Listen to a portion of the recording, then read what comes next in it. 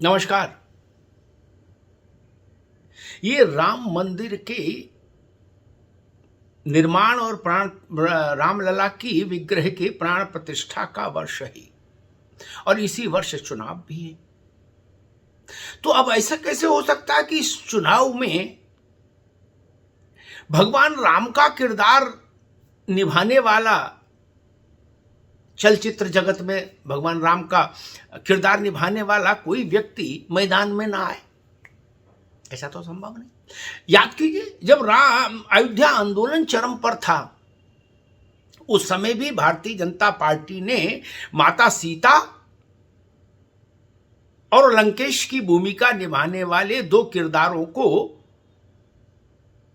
लोकसभा के चुनाव में उतारकर देश के सर्वोच्च सदन में पहुंचाया था। दीपिका चिखलिया, दूसरे वो क्या नाम था उनका, जो रामानंद सागर जी की रामायण में लंकेश बने थे, दशानन। तो अब चूंकि मंदिर बन गया भव्य दिव्य और नव्य, और देश में चुनाव भी उसी वर्ष हैं, और चुनाव का जब की प्रक्रिया में जब मतदान चल रहा होगा, उसी समय रामनवमी भी पड़ रही है। तो जब इतने संयोग एक साथ हो, तो ऐसा कैसे हो सकता है कि भारत के इतिहास में उस अमर सीरियल रामायण से में राम का किरदार निभाने वाले व्यक्ति इस चुनाव में चर्चा का विषय ना बने? ऐसा नहीं हो सकता ना। इसीलिए पुख्ता संकेत हैं कि पश्चिमी उत्तर प्रदेश की मेरठ सीट से भारतीय जनता पार्टी अरुण गोविल को उम्मीदवार के तौर पर उतार सकती है।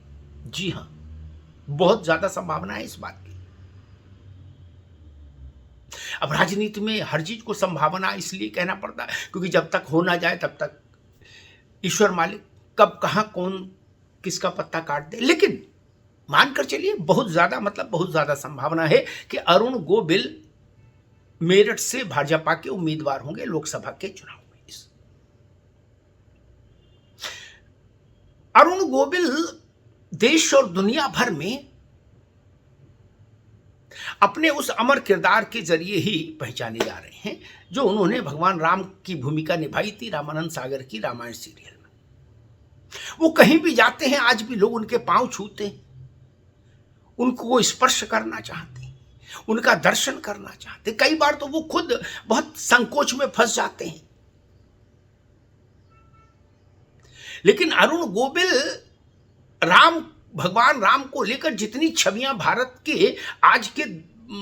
के मनह पटल पर अंकित हैं, उनमें अरुण गोविल की वो राम वाली छवि, रामायण सीरियल वाली, मुझे लगता है सर्वाधिक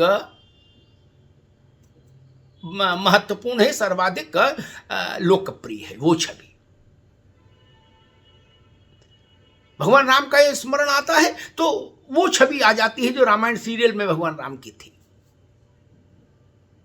ये उस किरदार की सफलता थी जिसको अरुण गोविल ने निभाया था।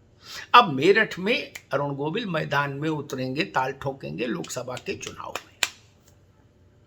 भाजपा को इससे कई लाभ। एक तो पश्चिमी उत्तर प्रदेश, वहां एक वातावरण बनेगा, एक मैसेजिंग होगी। दूसरा, हिंदुत्व का एक जनज्वार पैदा होगा गोविल के खड़े होने से। क्योंकि गोविल महत्वपूर्ण नहीं, गोविल राम के रूप में देखे जाएंगे गांव खेत कस्बे में, वो महत्वपूर्ण है क्योंकि उनकी छवि उसी के साथ साथ चल रही है। कुछ किरदार ऐसे होते हैं, दक्षिण में एनटी रामाराव को ले लीजिए, उन्होंने देवताओं के किरदार निभाए तो आंध्र में लोग उनको देवता ही की तरह पूजते थे। तो अरुण गोविल को इसलिए भी उतार रहे मैदान में कि पश्चिमी उत्तर प्रदेश का मिजाज थोड़ा अलग रहा है, और यहां तमाम इलाके ऐसे हैं जो अल्पसंख्यक आबादी के घनत्व के लिए जाने जाते हैं।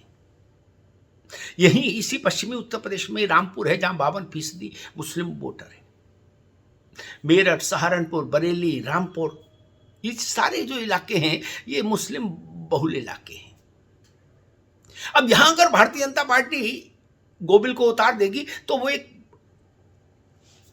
नई धारा बहाने की कोशिश होगी।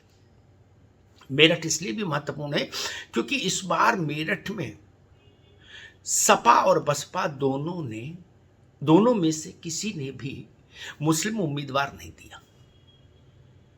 बड़ी बात है।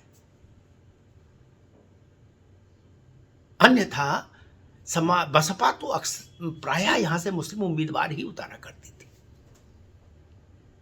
दोनों बड़ी पार्टियों ने यहां नॉन मुस्लिम हिंदू उम्मीदवार उतारे हैं, यानी गैर मुस्लिम उम्मीदवार दोनों बसपा और सपा ने उतार कर ये कोशिश की है कि ध्रुवीकरण नहीं हो, यहां चुनाव हिंदू और मुसलमान के बीच में नहीं बटे। सपा और बसपा दोनों इस बात को जानते हैं कि मुस्लिम वोट भाजपा के पास तो जाएगा नहीं, अंततः आएगा हमारे पास, हम उम्मीदवार खड़ा करें मुस्लिम या ना खड़ा करें तब भी। टीना फैक्टर होता है ना, देयर इज नो अल्टरनेटिव, कहां जाएगा फिर मुस्लिम वोट? अगर सपा बसपा और बीजेपी तीन ही पार्टियां मुख्य रूप से मैदान में हैं तो स्वाभाविक है फिर वो सपा को चुने या बसपा को चुने मुस्लिम वोट। तो इसलिए भी मेरठ की स्थिति विशेष हो गई इस बार। इसलिए भाजपा को यहां एक ताकतवर उम्मीदवार चाहिए था फिर, जो अगर समाजवादी पार्टी या बसपा ने किसी मुस्लिम उम्मीदवार को मेरठ से उतारा होता तो भारतीय जनता पार्टी के लिए अपेक्षाकृत चुनाव सहज होता, ऐसा माना जाता है। लेकिन चूंकि ऐसा नहीं हुआ इसलिए चुनाव में भाजपा को एक बड़े चेहरे की जरूरत है। और अरुण गोविल केवल मेरठ के लिहाज से नहीं भाजपा चुन रही है। अरुण गोविल को वो प्रचार में पूरे देश में उतारेगी, पूरे उत्तर प्रदेश और पूरे देश में उतारेगी, दक्षिण तक ले जाएगी अरुण गोविल को। क्योंकि अरुण गोविल की पैन इंडिया पहचान है, एक उनकी छवि को एक जन स्वीकृति हासिल है। इसलिए ये एक बड़ा प्रयोग है जो भारतीय जनता पार्टी करने जा रही है। और 17 अप्रैल को रामनवमी है। कुछ संकेत इस बात के भी मिल रहे हैं कि 17 अप्रैल को रामनवमी भारतीय जनता पार्टी संघ परिवार विशेष रूप से बृहद रूप से मनाने की योजना भी बना रही है। वो चुनाव का दौर, मतदान हो रहा होगा देश में, मतदान की प्रक्रिया आरंभ हो चुकी होगी, उस समय रामनवमी विशेष तौर से मनाकर भी भाजपा एक जनज्वार पैदा करना चाहेगी, रामत्व का, हिंदुत्व का, सनातन का। एक चर्चा ये भी है कि क्या 17 अप्रैल को प्रधानमंत्री नरेंद्र मोदी को अयोध्या में रामलला के मंदिर में इस प्रथम रामनवमी पर उपस्थित रहना चाहिए रामलला की पूजा अर्चना के लिए। ये भी है, अभी कार्यक्रम तय नहीं है, पक्का नहीं है, लेकिन भाजपा के विकल्पों में एक विकल्प ये भी है कि रामनवमी के दिन प्रधानमंत्री अयोध्या में रामलला के विग्रह का पूजन करें, अर्चन करें।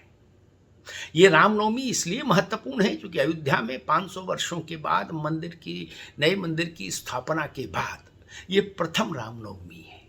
रामनवमी राम के जन्म का उत्सव। तो भाजपा इसको विशेष रूप से बड़े फलक पर मनाना चाहती है। एक पंथ दो काज, लोक परलोक दोनों साधना चाहती है भाजपा, और इस रामनवमी के जरिए। तो याद रखिए दो चीजें, एक प्रधानमंत्री रामनवमी को अयोध्या जा सकते हैं रामलला के पूजन के लिए, और दूसरा मेरठ से वो एक भजन था ना अयोध्या में मंदिर के लोकार्पण के समय बहुत पॉपुलर हुआ था, मेरे राम आएंगे। वो भजन मेरठ में भाजपा साकार करने जा रही है। रामायण धारावाहिक में राम की भूमिका निभाने वाले प्रसिद्ध अभिनेता अरुण गोविल भाजपा के उम्मीदवार हो सकते हैं मेरठ में। महत्वपूर्ण ये नहीं कि अरुण गोविल, महत्वपूर्ण ये कि अरुण गोविल वो जिनको इस देश की स्मृति में जिनके लिए राम का चेहरा उभर कर सामने आता है, रामानंद सागर के धारावाहिक वाले राम का चेहरा। उससे पॉपुलर, उससे ज़्यादा जन स्वीकृति वाला राम का कोई चेहरा, कोई किरदार भारत के रुपहले पर्दे पर नहीं आया। इसलिए अरुण गोविल महत्वपूर्ण हो जाते हैं। धन्यवाद।